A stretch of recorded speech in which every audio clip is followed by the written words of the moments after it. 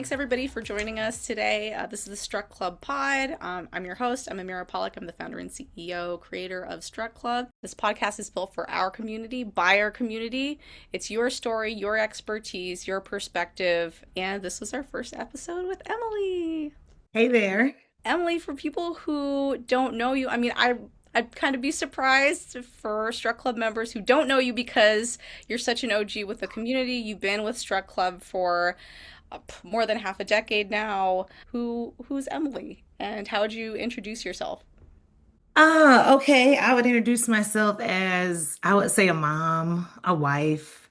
Um, my full-time job, I work helping chiropractors build practices of their dreams. So I feel like every job I've had, even before that, was always kind of teacher, helper, coach, accountability partner. Coming into the fitness space was kind of a perfect fit for me. And my parents laughed when they found out I was doing these classes because when I was a kid, I always thought I'd be a teacher. I'm 44.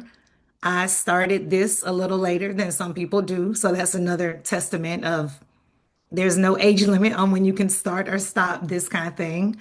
And one thing that people find funny, I mean, I don't necessarily like working out, I'll just be honest. I Ooh. like cycle. I like cycle. In high school and college, I ran track. But I did it not because necessarily I loved it. I did it because I was fast and I was good at it. So I did it. So it took me many, many years to really find a love for fitness. And I will say I have a love for fitness, but I think my love for helping people and building community is much bigger than my actual love for fitness. That's just kind of the journey that I ended up on. But I think it helps in my classes because everyone knows that I'm very candid and open. So they look at me just, I'm a work in progress, just like everyone else. I have good days, bad days. I try not to show it, but there are some days when I don't want to be there, but you always show up and do what you have to do. Hmm. So that's a little about me. I would say that's not the end of the story. It's just the beginning. I've been teaching cycle, I think 6 or 7 years now, and I don't plan on stopping anytime soon. So there will be more to that story.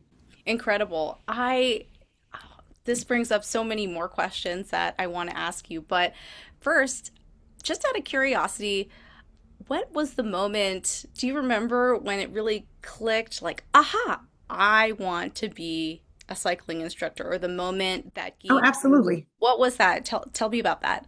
Absolutely. I went to college in Orlando, Florida. So I was living in Florida and I met a group of women who had an outdoor like group and they invited me to come and ride with them. So I bought like a cheap $100 bike at Walmart. And I started riding with them. And I don't remember if I really liked the riding or if I just liked the group and the community of it. But whatever it was, I ended up kind of like, oh, this is kind of cool. I kind of like riding bikes again, all these decades later. And then shortly after, my husband accepted a job in DC. And I'm like, no big deal. I got a new hobby and I'll keep it going in DC. I forgot about the weather in DC. So it didn't quite work out the way I thought it would. We started going to like a big box gym near our home. And I'm like, oh, they have a cycle class. It can't be too much different than what I've been doing. So I went in and I started going weekly, and then it turned into twice a week. And I really enjoyed it. I felt like I got a good sweat. I loved the music most of the time. And one day the instructor just came up to me and said, oh, I think you make a good instructor. You have good energy. You seem pretty fit now. Have you ever considered it? And I'm like me teach the class? Like, why would I do that? Like what? And it sticks with me to this day because he said, why not? Like, why not you? He said the only difference between you and I is that I went online and signed up and went and took a course and took a test. So why not you? And so I went home and kind of thought, like, oh, why not me? Like, why not? I'm coming every week anyway. Maybe I could teach my own class. And I signed up a couple days later. Um, there happened to be one 3 miles from my home. Oh, And wow. the guy that actually that instructor, he knew the owner of the studio that the training was going to take place at. So he kind of said, hey, if you do the training, you commit to this, It's in a couple days. I know that's, tight, but just go. You'll be fine. If you pass the test, I'll make sure you get an audition. I know her. I know the owner. I got you. So that's exactly what happened. I went, I met the owner. She wasn't leading the training, but she was just, it was her space. And we met afterwards. I got an audition and I got my first job, my first cycling job. And what I do remember about it is that I sucked. I sucked. It was not good. My audition class, it was I'm sure it's horrible. not true, Yeah, knowing no, you, no, it's true. No, she will but tell you. So it was the owner and then three or four other instructors. And we're all still friends to this day. And no, they all will say, no, Emily, you sucked. But there was a good but.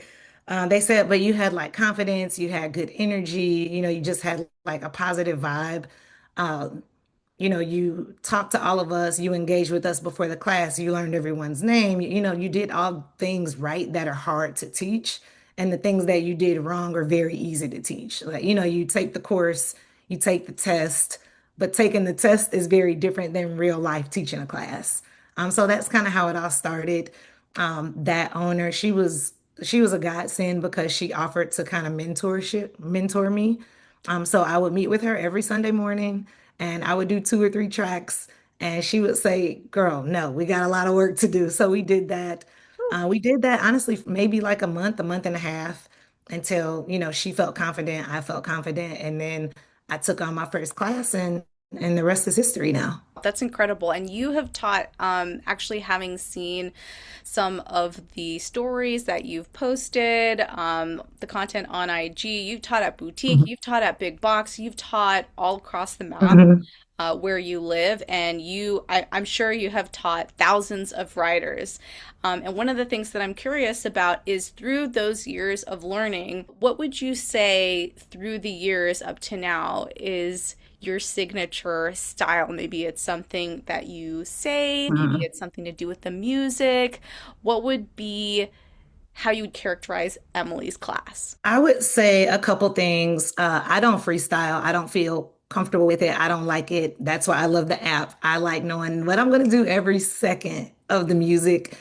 So my writers, they know that there's always going to be like a specific plan. Like we don't do anything just for the heck of it. I spend a lot of time creating my classes because I do want them to be intentional. And I also love themes. So they know there's always a theme. It may be a music theme, it may be like a profile theme, it may be a sprints class, a hills class, a this artist versus that artist, a holiday, grant, something, but themes. And when I ask my writers if they have to describe my class, what they say is you don't like light resistance and you don't like sprints. All you like to do is climb. All you like to do is climb. And that is true. I like heavy resistance. I like hills. I like heavy climbs. I like jumps with heavy resistance. I really like to ride between that 50 and 80 RPM. Hmm. So I think that would be pretty much my class style. As far as something that I say, I always want people to leave knowing how much I appreciate them coming. So one thing that I often say, because it's so true with anything that we do in life, is they had to say no to something to say yes to come into my class. That no could have been, I teach early. I like 5 a.m., 6 a.m. classes. So a lot of Really? times, a lot of times, what they said no to was maybe that glass of wine the night before, or sleeping in, or, doing anything else in the world they could be doing at 6 a.m. So that's my go-to thing. I always say you could have said, no to this, but you had to say something, no to something else. So I don't take that lightly and I really appreciate it. I was not always a morning person, so I know how difficult it can be sometimes. And then another thing I like to say, especially if I'm subbing. I teach at a lot of locations. Some are kind of I call home base, and some I'm only a sub as needed. And they always get a kick out of this. At the end of the classes I sub, I do like to get feedback from them in case I need to go back. I kind of know what they like, what they didn't like. So my favorite thing to say to them is, if you love the class, please let everyone know, like leave a review, like tell the manager, tell your other instructors when they go on vacation, like you want me. And I tell them, but if you didn't like the class, We still want that feedback, but just tell me. Don't tell them. Just only tell me. Give me a week or two to, work on it. And then, of course, I tell them I'm joking. I like the feedback, good or bad. I feel like no matter how long you've been doing anything, there's always something new to learn. I get tips from other instructors, from studio owners and managers, from writers, from my family, from my friends. I take it all and there's, take what you want, leave what you don't, but there's always something to learn. I think that's amazing. And I think you probably brought up 100 pro tips that can take a long time, or for instructors who come into the game and, they're like, hey, I've mastered this already, or I know the ropes, or they go into muscle memory mode, just autopilot.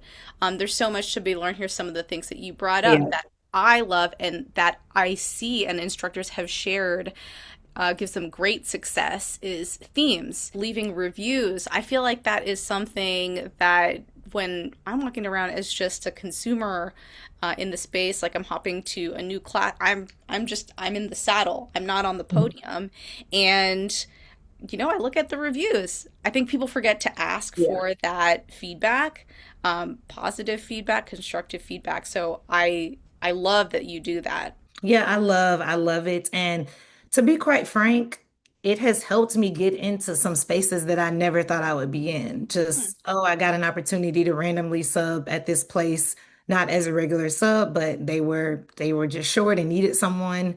And one of the last classes I subbed, I got 16 positive reviews from it. So that Wow. manager emailed me, like they loved it. Like they loved it. We had such a good time.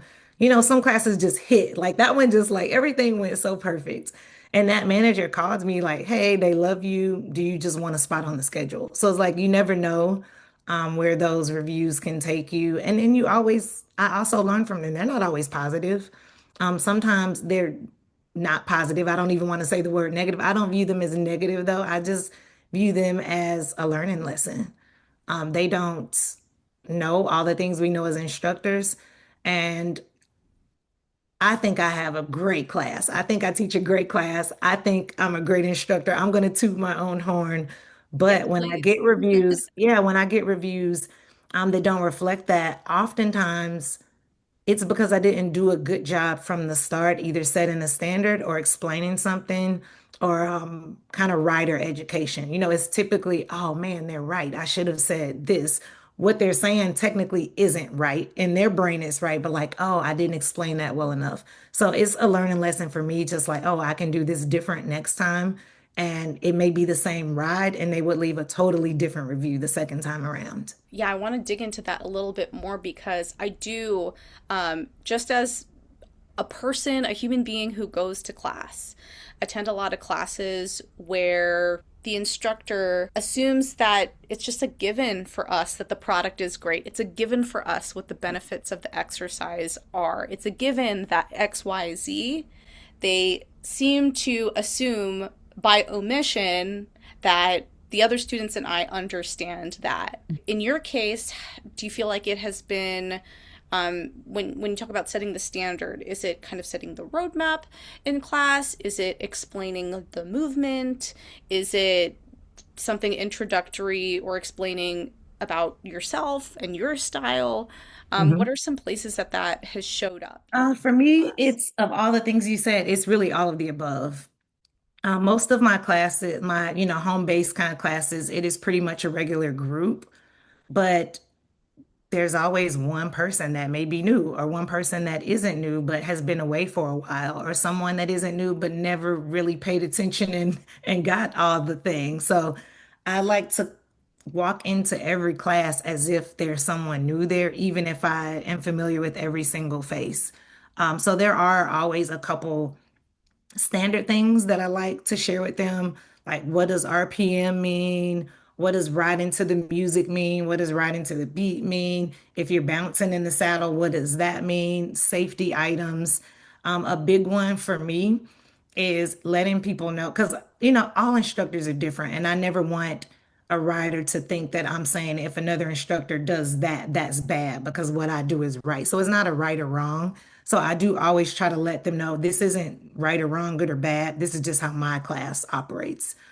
So, I set some standards on your RPM should never go below a certain number today or above a certain number today.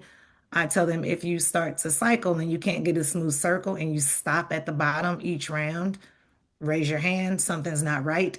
If your knees are going in, if your knees are going out, if you're moving around a lot of them know all these things, but we all know things and we still do them. So I just constantly say it, relax your shoulders, take a deep breath. And back to my point of what the biggest thing is which a lot of instructors don't agree with me at the studios I'm at, is their ride. Like they paid their money to be there. So if I have a profile in mind and Amira, you come in and honestly, you're having a crappy day and you just want to vibe to the music and do your own thing, I'm okay with that. I don't care if we're all in unison. I don't care if we're all on right foot at the same time.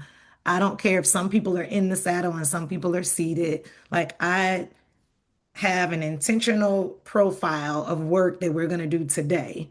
And I would love you to join me on that journey. You're going to get a good workout. You're going to get a good sweat and it's going to be challenging. But maybe today is not the day for that. Maybe you just need a mental break and you need to get away from work and the kids and you just want to vibe and ride, and that's totally okay too. So I definitely give people the freedom to do what works for them. But I also ask them to give me the freedom to push them on the days when I know they're totally fine, nothing's going wrong, everything is right. And on those days, I do push them a little harder. I think that is super insightful. There are a lot of studios and places, I'm sure, classes that you've been to Mhm. where that is a very controversial point of Yeah, view, actually, at the brand. yeah. But, I, just as a writer, could see that being a really attractive value proposition when the expectations are set when like you're saying the standards are set. I think it's a really strategic thing that you say that a key word today. Today in my Mhm. class, our RPM's not going below this. Today in our class, in this workout today, right now, because it kind of covers, if someone's like, well, in the other class earlier Mhm. we rode really really slow and we rode really really fast, Mhm. and those that might be fine with the rules of the game, that might be required in a certain house like this house, the rules Yeah, of the house, but in your class, in your workout, you're setting that this yeah. expectation. Yeah, and it all goes back to me thinking about when I was taking classes. Because as soon as I started teaching, I started taking as many classes as I could just to learn different styles and just pick up on things. And I more so wanted to pick up on not even, oh, I love that, I want to copy that. It really wasn't that. It was more of what did I feel in that class that made me feel uneasy? Like, what can I do in my class to make sure no one in my class feels how I just felt? So I want it to be inclusive. I don't want people to be intimidated. We've all, as instructors, we've all, especially if we have the dark lights, if we have the loud music, we've all had people kind of peek in, like, no, that's a little intense. I don't think that's for me. And I just want to get rid of that. And I don't want a lot of people also tell me, oh, I see videos on Instagram and I see stuff online and they're doing all the things. That's not, I don't ride that way. Nothing wrong with the people that prefer that style. That's just not my style. So just come give it a shot. I don't do choreography. It's just not my thing. The way I teach my class is I try to follow a terrain as if I were outdoors on a bike. I try to do things that you could do if you were really on a bike.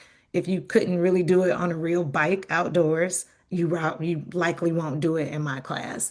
Every blue moon, I'll throw something in someone requested just for fun, just for kicks.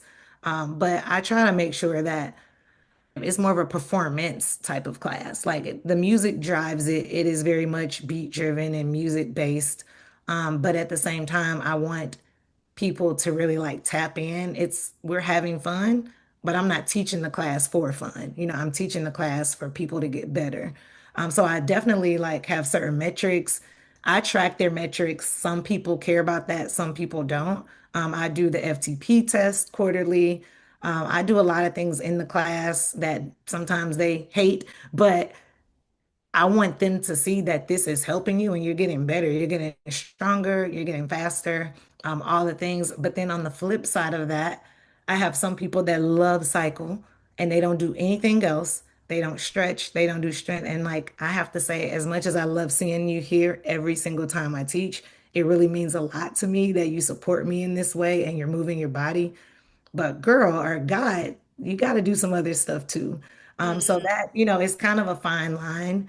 And, over the years, I find myself like maybe saying more or sharing more than I would have in the past. But now I will tell someone like, Amira, I love you, but I don't want to see you back tomorrow. Like, I want you to do another class. I want you to do yoga or do strength or do something else. Give cycle a little bit of a break. Cardio is great, but you got to do something more than just cardio. So in the beginning, I know a lot of us just want to have a full class. It doesn't hmm. matter. It doesn't matter, how we get there. We just want a full class. And I was like that for a very long time. Why do all these people have wait lists and I don't? And why this and why me and why not me? And I really had to get out of that mindset and just understand that the people in front of me are the people that matter.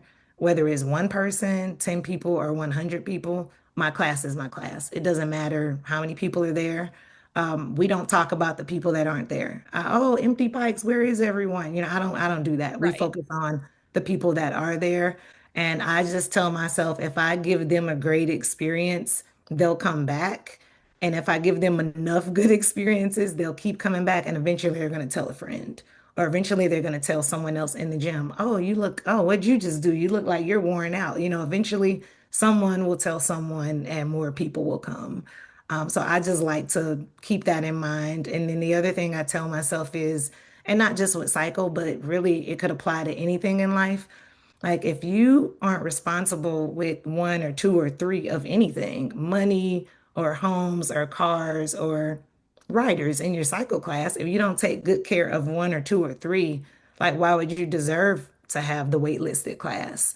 And so Mm. that's kind of the perspective I took from it. Like I need to take very good care of the five and then the 10 and then the 15.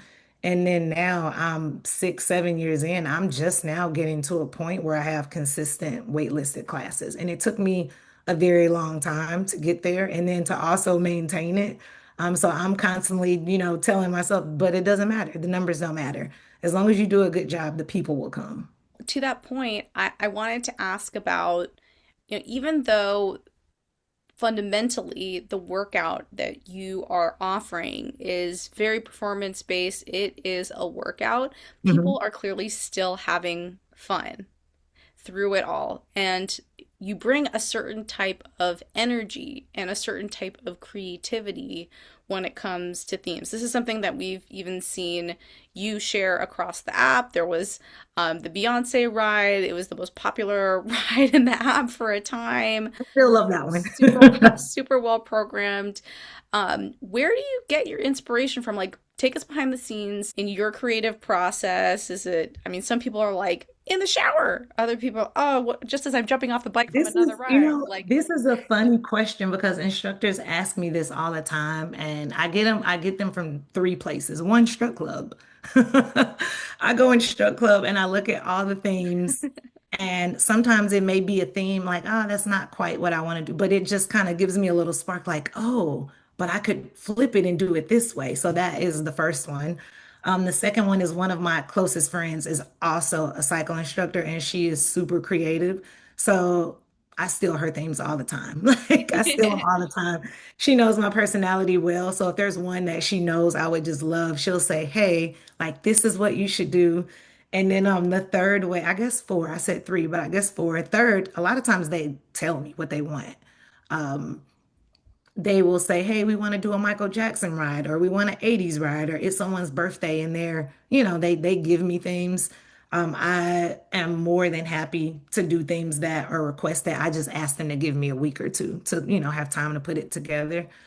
But most of my themes they just pop up out of nowhere. They just pop out of nowhere. I hear one song and I'm like, oh, I love that. Like, what can I make a theme? So, in one song, my writers are probably sick of it because I use it often. Goosebumps, Travis Scott. I use that all the time. I don't know what it pro is tip. about that. It just it Everybody just get that hits me song? like it's a great, yeah, a great cycle.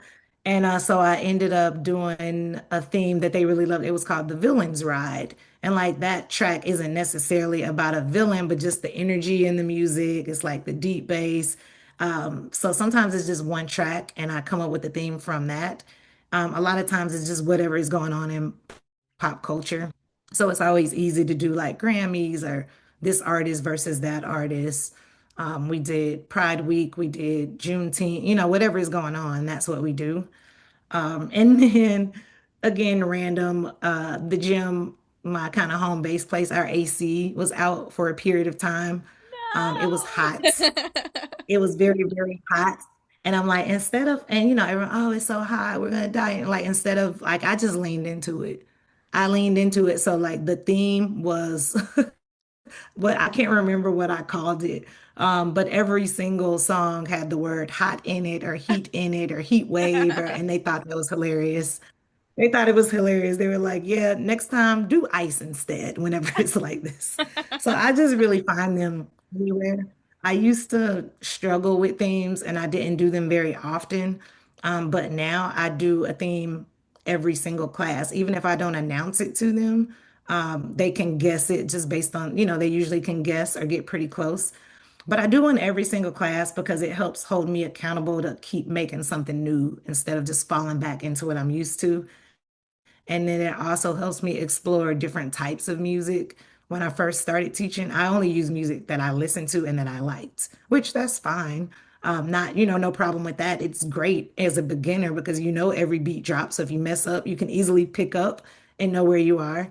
But it really helped me kind of expand my music taste. And so it was just instead of three or four or eight people hearing music they like now, almost everyone in the class, hears something at some point that they like. So I really gotten into the themes. They dress up.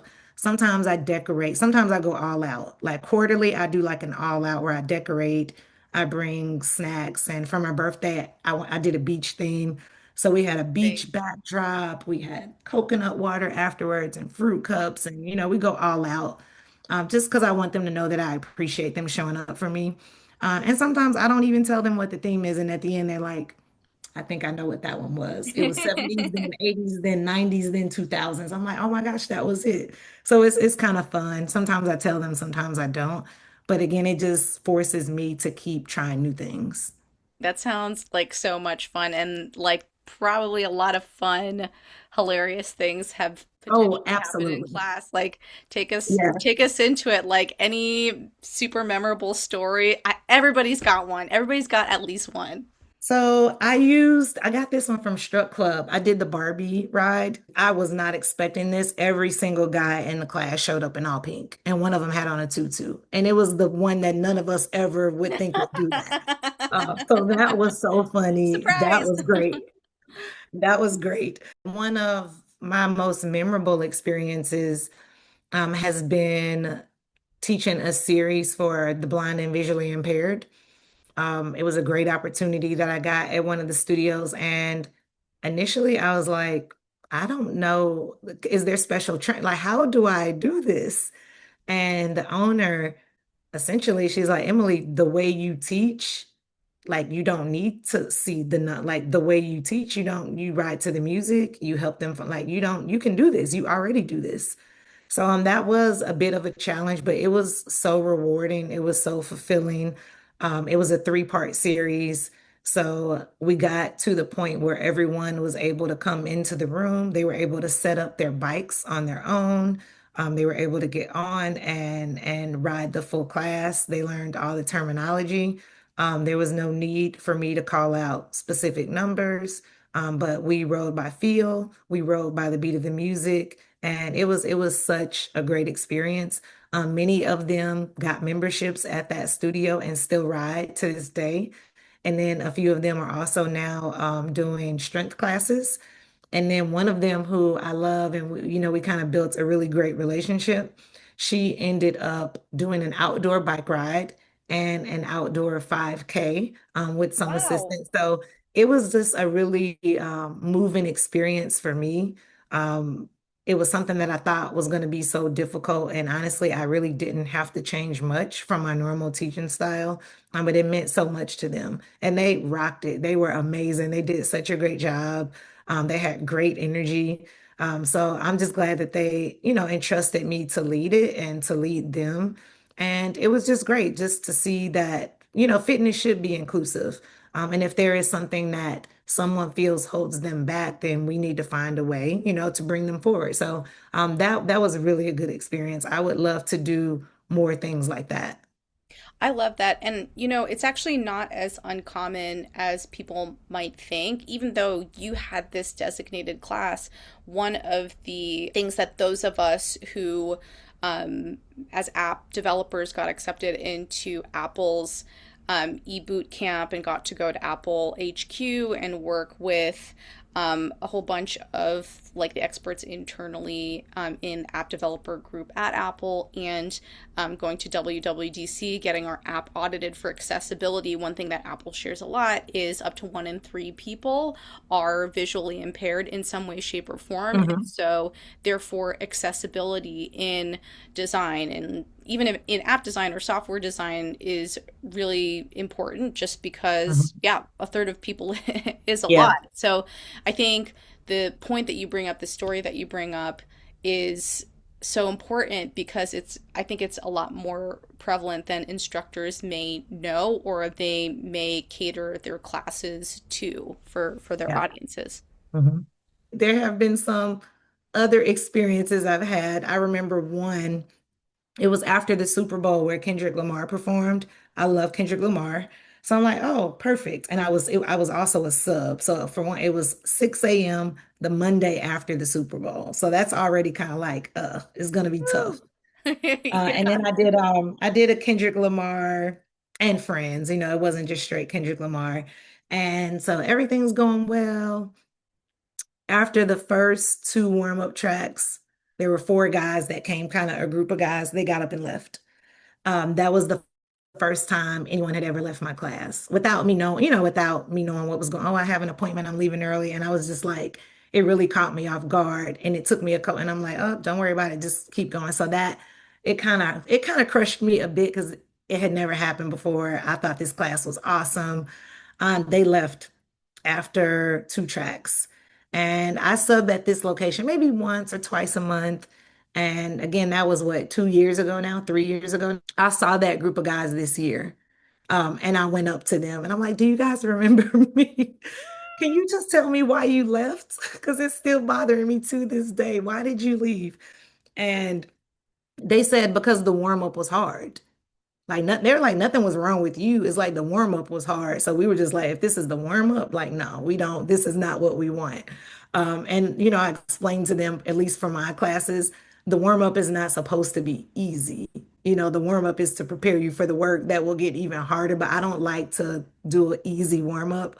I like to break a sweat in the warm up. And then they were like, oh, okay, we might try it one day. I wasn't very convinced that they're going to try it again, but. Um, that was the first time that happened to me, and it sucked. It sucked in the moment.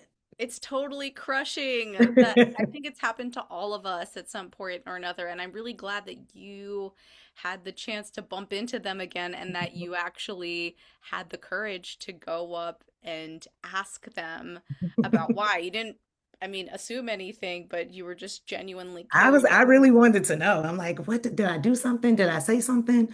Was it the playlist? All the things go through your mind. All the Um, things. yeah, I used to think if I didn't get a certain type of energy, I used to think it was the playlist.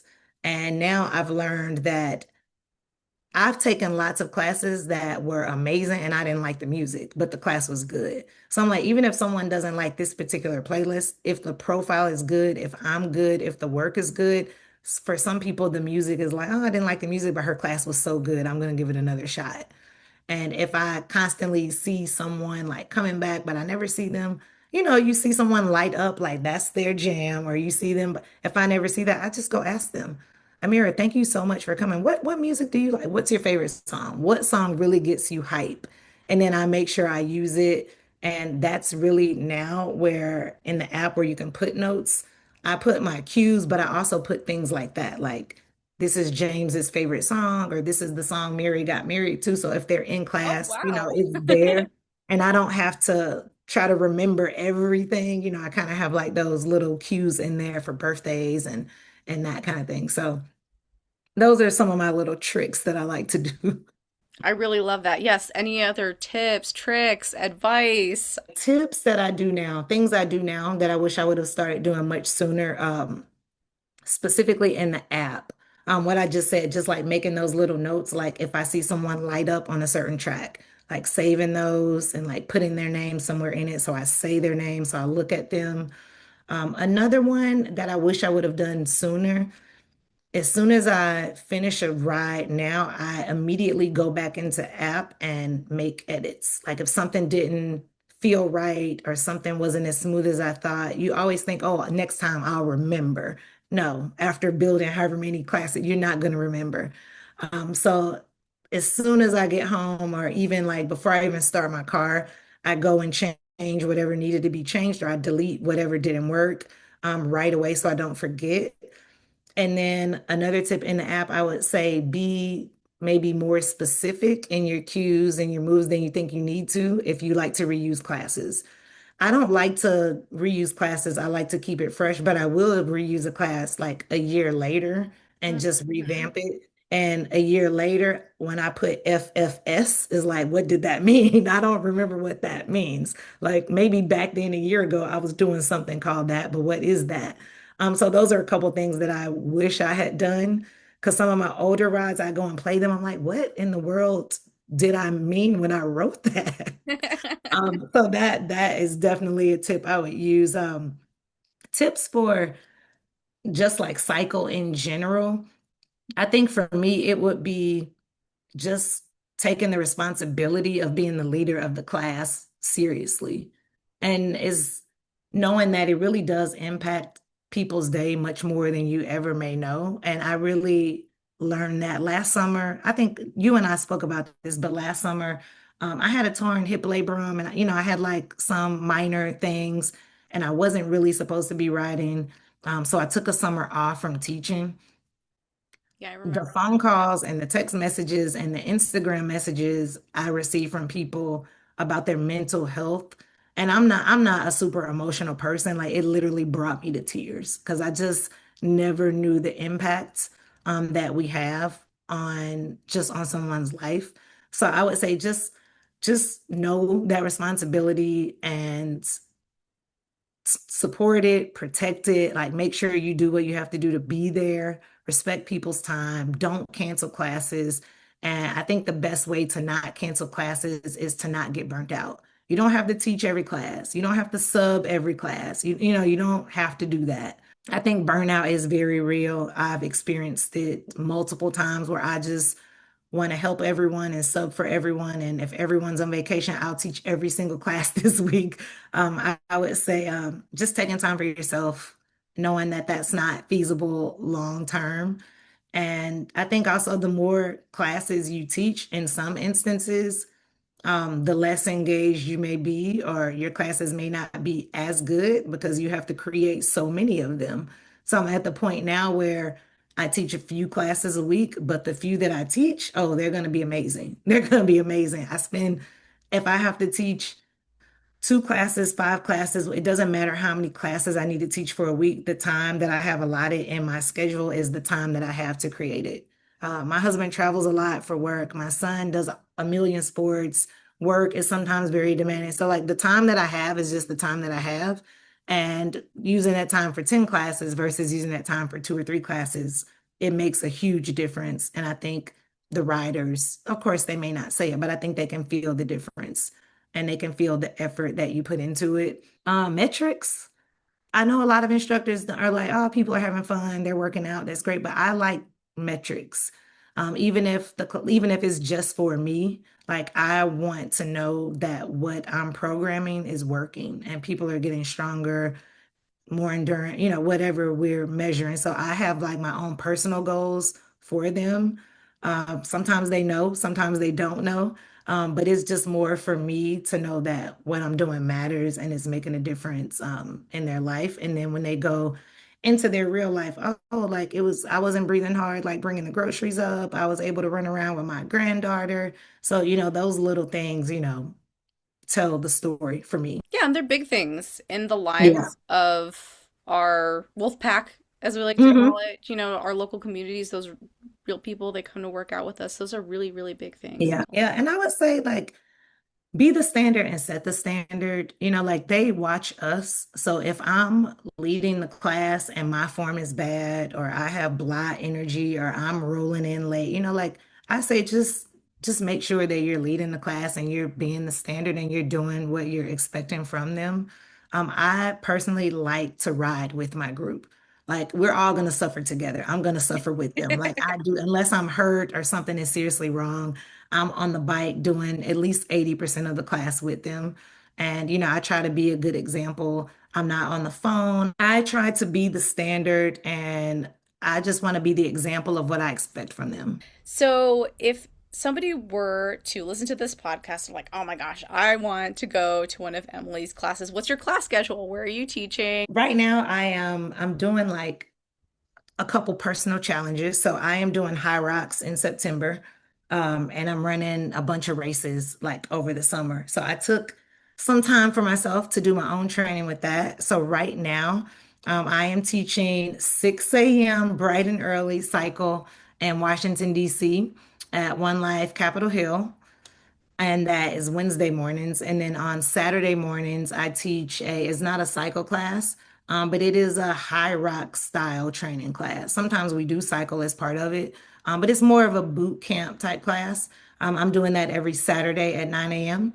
That one's at Crunch College Park. So that'll be my summer schedule. I kind of, again, like boundaries and like burnout, because doing all the classes I was doing before and training for races and training for high rocks, which I've never done. And I'm not sure why I thought it was going to be a good idea. Um, I needed, time, just time to do all the things. So that is my summer schedule. And then in the fall, I'll go back, I'll add all my classes back in the fall.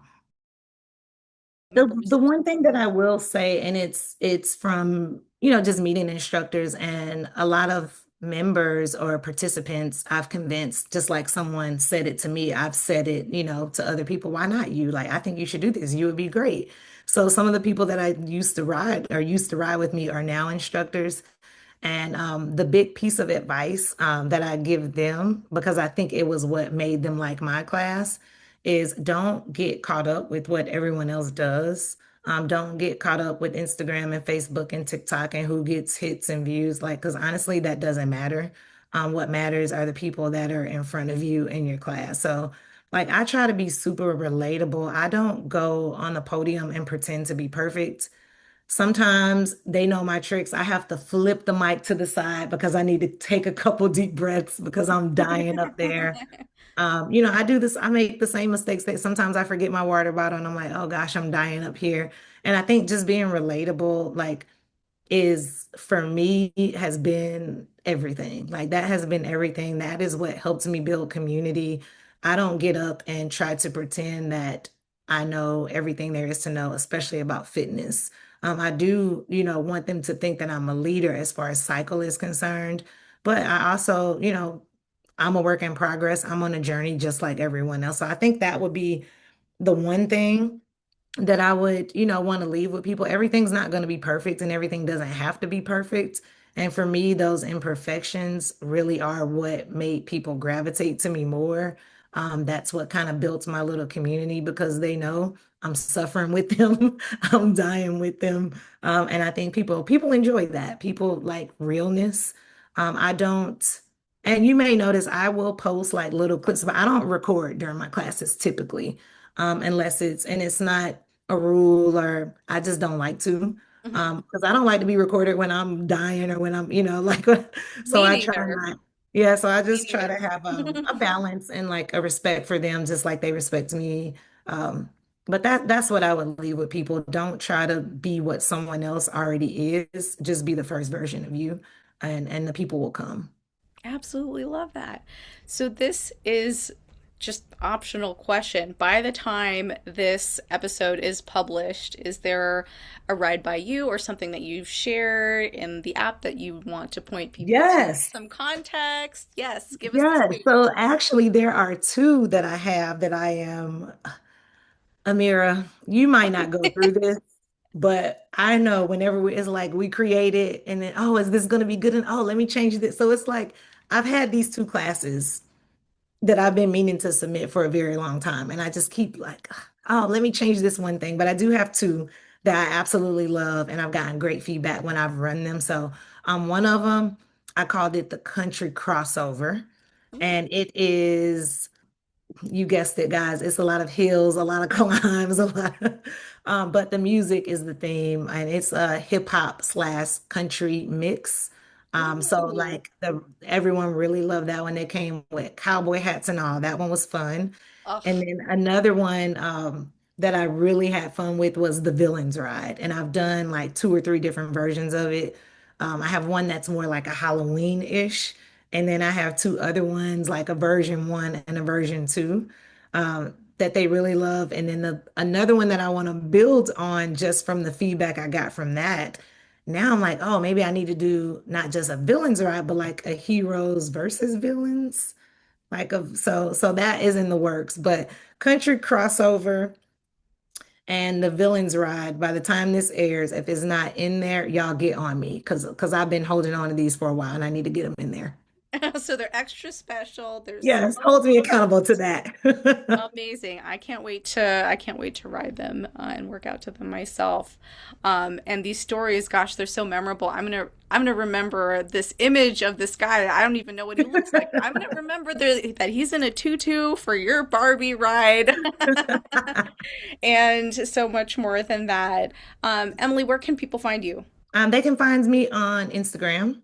I am on Instagram. My handle is because I teach early mornings, the endorphins dealer, because that's what I am for my riders. I bring them all the endorphins first thing in the morning. I'm on Instagram all the time, so feel free to ask questions, send me messages, ask about themes.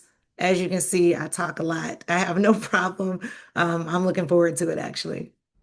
Amir, thank you so much. Thanks for building this community. Um, it has helped me so much. It's helped so much just having the opportunity to connect with so many other instructors that teach the way I teach. I can't put a number on how many hours of work that you all have saved me. So thank you so much for all that you do. Well, thank you so much, Emily, for being the impact, for being the inspiration. Geez, these are all themes that instructors really from all around the world share with us again and again when describing what they envision when it comes to meeting fellow members like you, hearing from you.